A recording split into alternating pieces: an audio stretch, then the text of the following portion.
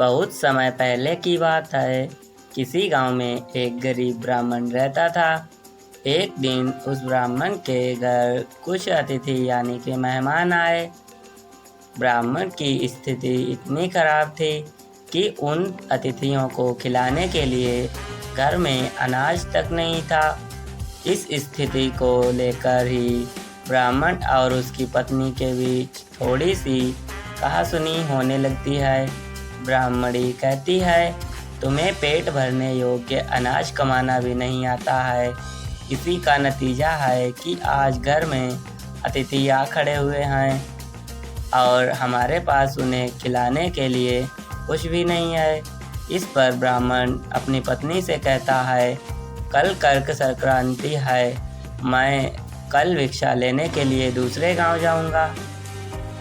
वहां एक ब्राह्मण ने मुझे आमंत्रित किया है। वह सूर्य देव की तृप्ति के लिए कुछ दान देना चाहता है। तब तक जो कुछ भी घर में है उसे आदर सत्कार के साथ अतिथियों के सामने रख देना। ब्राह्मण की यह बात सुनकर ब्राह्मणी कहती है, तेरी पत्नी होकर मैंने कभी सुख नहीं भोगा है, ना कभी खाने का मेवा मिष्ठान मिला है, ना ही ढंग से वस्त्र और आभूषण। आज तू कह रहा है कि जो भी घर में पड़ा हो वो अतिथियों के समक्ष रख दो। जब कुछ है ही नहीं तो मैं उनके सामने क्या रख दूं? पड़े हैं तो बस एक मुट्ठी तिल, तो क्या अतिथियों के सामने सूखे तिल रखना अच्छा लगेगा? पत्नी की यह बात सुनकर ब्राह्मण कहता है, ब्राह्मणी, तुम्हें ऐसा बिल्कुल भी नहीं कहना चाहिए। कारण यह है कि इच्छा के अनुसार किसी भी मनुष्य को धन की प्राप्ति नहीं होती है। जरूरी है तो पेट भरना, और पेट भरने योग्य अनाज मैं ले ही आता हूँ। अधिक धन की चाहत अच्छी नहीं। ऐसी इच्छा का तुम्हें त्याग कर देना चाहिए। अधिक धन की इच्छा के चक्कर में मनुष्य के माथे पर शिखा बन जाती है। माथे पर शिखा वाली बात सुन ब्राह्मणी बड़े ही आश्चर्य से ब्राह्मण से पूछती, अधिक धन की इच्छा में माथे पर शिखा हो जाती है? मैं कुछ समझी नहीं, जो भी कहना है खुलकर कहिए। ब्राह्मणी के इस सवाल का जवाब देने के लिए ब्राह्मण अपनी पत्नी को शिकारी और गीदड़ की एक कहानी सुनाता है। ब्राह्मण कथा की शुरुआत करता है। एक दिन एक शिकारी जंगल में शिकार की खोज कर रहा था। जंगल में कुछ दूर आगे बढ़ने के बाद शिकारी को एक काले रंग का पहाड़ जैसा विशाल सूअर दिखाई देता है।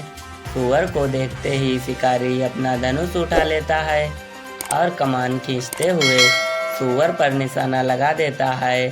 कमान से निकला हुआ तीर तीव्र गति से सूअर को घायल कर देता है। घायल होने पर सूअर चिंगाड़ता हुआ शिकारी पर पलटवार कर देता है। सूअर के तीखे दांतों से शिकारी का पेट फट जाता है।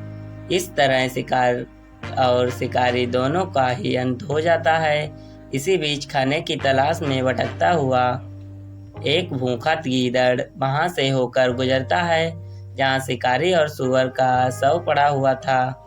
बिना मेहनत इतना सारा भोजन देख गीदड़ मन ही मन बहुत खुश होता है और मन ही मन सोचता है कि आज तो ईश्वर की बड़ी महान कृपा हुई, जो इतना अच्छा और अधिक भोजन एक साथ मुझे मिला है।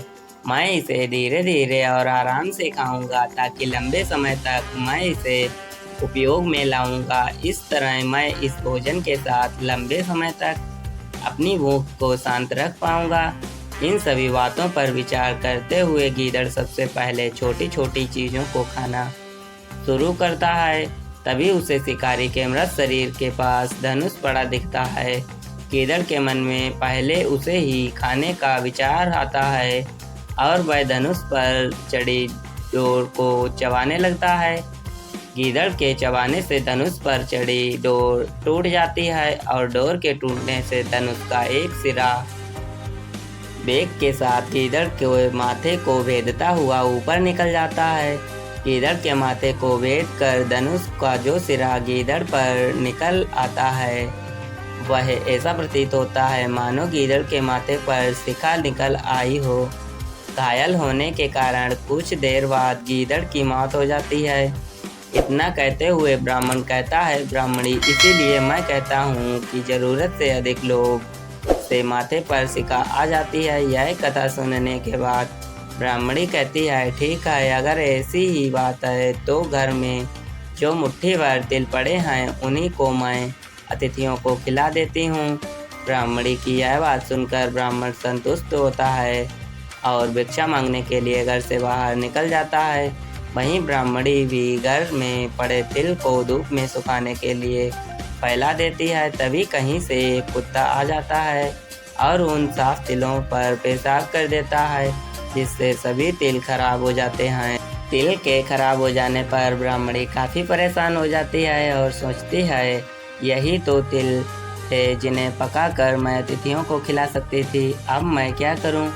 काफ़ी देर सोचने के बाद ब्राह्मणी को एक तरीका सूझा। उसने सोचा कि अगर वह गंदे तिलों के बदले साफ तिल देने की बात कहेगी तो कोई भी आसानी से मान जाएगा, साथ ही किसी को भी इन तिलों के खराब होने की बात पता नहीं चलेगी। इस विचार के साथ वह उन तिलों को लेकर घर घर घूमने लगी।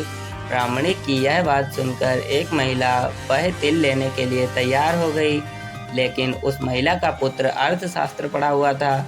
उसने अपनी माँ से कहा कि इन तिलों में ज़रूर कोई ना कोई खोट होगी, वरना कौन साफ सुथरे तिलों को गंदे तिलों के साथ बदलना चाहेगा।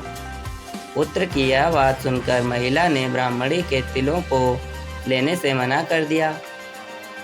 तो दोस्तों, इस कहानी से हमें यह सीख मिलती है, हमारे पास जो भी होता है हमें उसी में सुखी रहना चाहिए। किसी के पास ज़्यादा चीज़ देखकर दुखी नहीं होना चाहिए। तो दोस्तों, यहाँ पर कहानी समाप्त होती है। यदि कहानी अच्छी लगी हो तो प्लीज़ वीडियो को लाइक, शेयर और चैनल को सब्सक्राइब अवश्य कर लें। मिलते हैं फिर से कोई अगली कहानी में।